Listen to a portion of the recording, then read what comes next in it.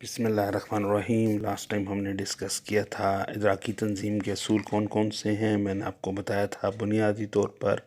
Gestalt मकतबा फ़िक्र ने ये कंसेप्ट दिया था, जिसके अंदर सबसे पहला कानून उन्होंने शक्ल व अर्ज़ का दिया था, जिसमें ये चीज़ बताई थी कि जो चीज़ आपकी तवज्जो का मरकज़ बनती है और जिस पर आपकी तवज्जो मरकूज़ हो जाती है वो चीज़ शक्ल कहलाती है। इसके अलावा बाकी आस पास की तमाम चीज़ें जो होती हैं वो तमाम वहीजात जो आपके आवाज़ को मुतासर कर रहे होते हैं वो बैकग्राउंड या अर्ज़ कहलाते हैं। दूसरा इनका कानून था whole is more than the sum of its parts वाला। मैंने आपको बताया था कि मुकम्मल चीज़ जो होती है वो अज्जा के अकट से बेहतर होती है। इसकी मिसाल मैंने आपको दरख्त की दी थी कि हम दरख्त को पत्ता पत्ता करके नहीं देखते बल्कि एज अ होल देखते हैं, मुकम्मल अंदाज में देखते हैं। इस कानून को मद्देनज़र रखते हुए उन्होंने मज़ीद जो कवानीन बताए थे उसमें हमने जो कानून पढ़े थे उसमें असूल क़ुरबत को देखा था, असूल शबाहत को देखा था और असूल बंदश को देखा था। इसके अलावा असूल अमदा शक्ल भी होती है और भी असूल हैं, लेकिन आपकी सिलेबस के अंदर यही तमाम असूल शामिल हैं, लिहाजा हमने बुनियादी तौर पर इन्हीं असूलों को जो है वो स्टडी किया था। आज जो चीज़ हमने डिस्कस करनी है वो है इदराकी इस्तकामत, और उसके बाद गहराई के इदराक को जो है वो हम देखेंगे। इदराकी इस्तकामत से क्या मुराद होती है? इस्तकामत कहते हैं किसी भी चीज़ का मुस्तकिल हो जाना। इदराकी इस्तकामत से क्या मुराद होती है कि हमारे ज़हन के अंदर मुख्तलिफ़ चीज़ों के मुख्तलिफ़ खाके जो हैं वो बने हुए हैं और उन खाकों की जो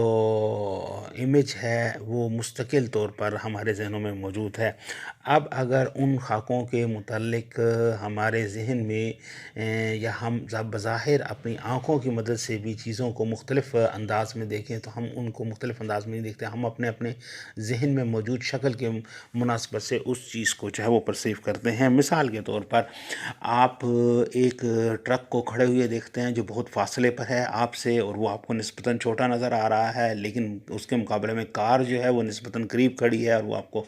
बड़ी नज़र आ रही है। लिहाजा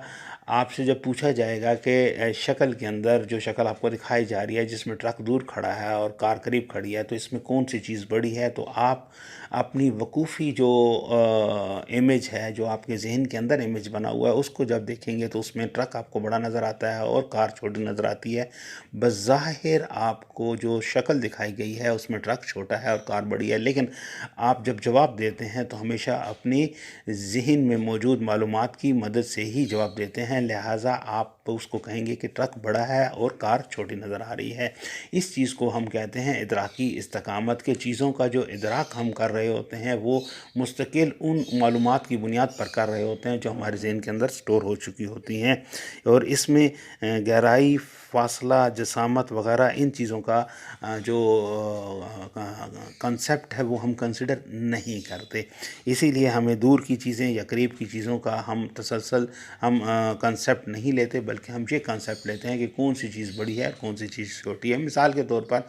आपको अगर कोई शक्ल दिखाई जाती है, उसके अंदर हाथी का साइज़ जो है वो निस्बतन छोटा दिखाया गया है और खरगोश का साइज़ जो है वो आपको बड़ा दिखाया गया है,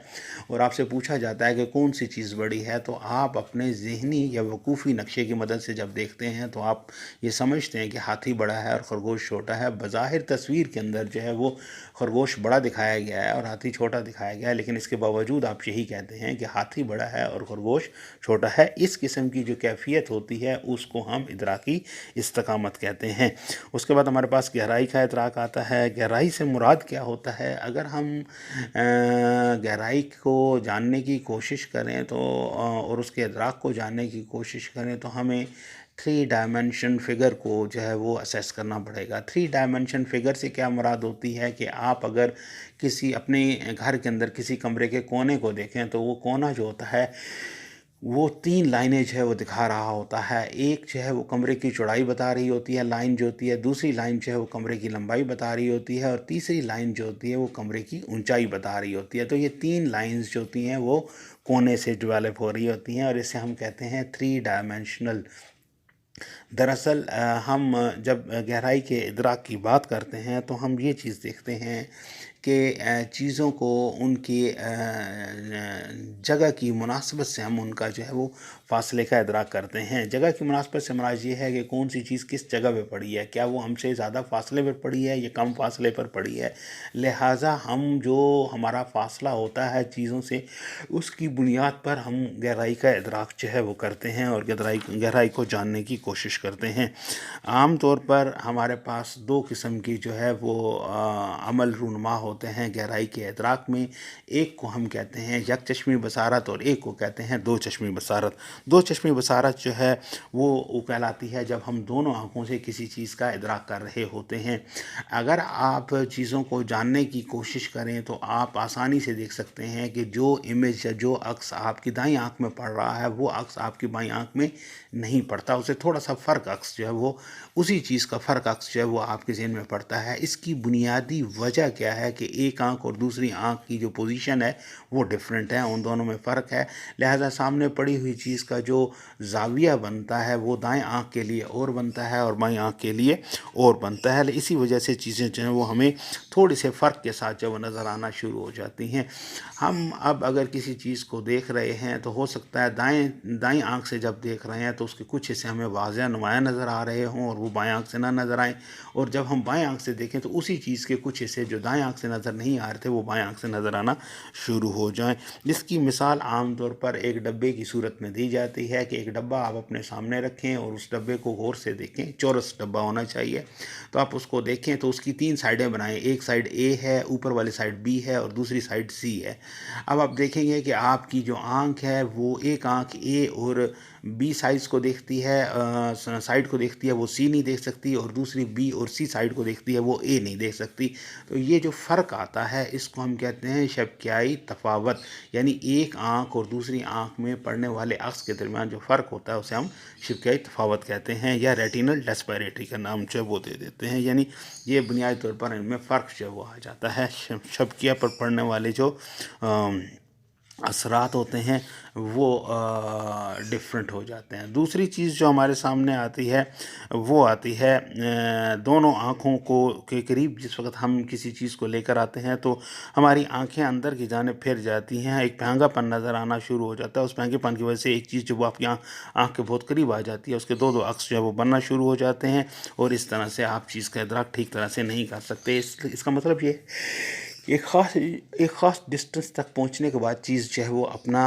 امیج جو ہے وہ چینج کر لیتی ہے اور وہ ہمیں واضح نظر آنا شروع ہو جاتی ہے، لیکن اس فاصلے سے اگر ہم اس کو مزید اپنی آنکھوں کے قریب کرنے کی کوشش کریں تو وہ دھندلی ہونی شروع ہو جائے گی، یا وہ دو حصوں میں تقسیم ہونا شروع ہو جائے گی، دو چیزیں ہمیں نظر آنا شروع ہو جائیں گی، اور اس کی بنیادی وجہ کیا ہے کہ وہ ایک خاص ڈسٹنس کے بعد ہماری دونوں آنکھیں جو ہے وہ پراپرلی اس چیز کو اپنے شبکیے پر صحیح انداز میں مرکوز نہیں کر سکتی، اس لیے اس کے امیج ڈبل نظر آنا شروع ہو جاتے ہیں۔ آپ ایک انگلی کی مدد سے یہ دیکھ سکتے ہیں کہ ایک انگلی جو ہے اس کو آپ سیدھا کھڑا کریں اور اس کے بعد آپ اس کو اپنی آنکھوں کے قریب لائیں، دونوں آنکھوں سے اس انگلی کو دیکھنے کی کوشش کریں تو ایک وقت آئے گا کہ آپ کی آنکھیں جو ہیں ان میں بھینگا پن جو ہے وہ پیدا ہو جائے گا۔ اس کو کہتے ہیں کنورجنس آف دا آئی بال، یعنی کہ آپ کی آنکھوں کے جو ڈیلے ہیں وہ اندر کی جانب موو کر جاتے ہیں۔ جیسے جیسے آپ اس کو اپنی آنکھوں سے دور کرتے ہیں تو یہ دوبارہ سے اپنی نارمل جگہ پر چلے جاتے ہیں اور آپ چیز کو واضح طور پر دیکھنا شروع ہو جاتے ہیں۔ یہ چیز جو ہے وہ گہرائی کے ادراک میں دو چشمی بصارت کے حوالے سے ہم دیکھتے ہیں۔ جہاں تک یک چشمی بصارت کا تعلق ہے تو اس کے مختلف فیکٹرز ہیں، اسے ہم انشاءاللہ نیکسٹ چیپٹر میں دیکھیں گے۔ اس سے ریلیونٹ کوئی کویسچن آپ کے ذہن میں ہو تو you can ask me, I will give you answer up to your level of satisfaction. May God bless you.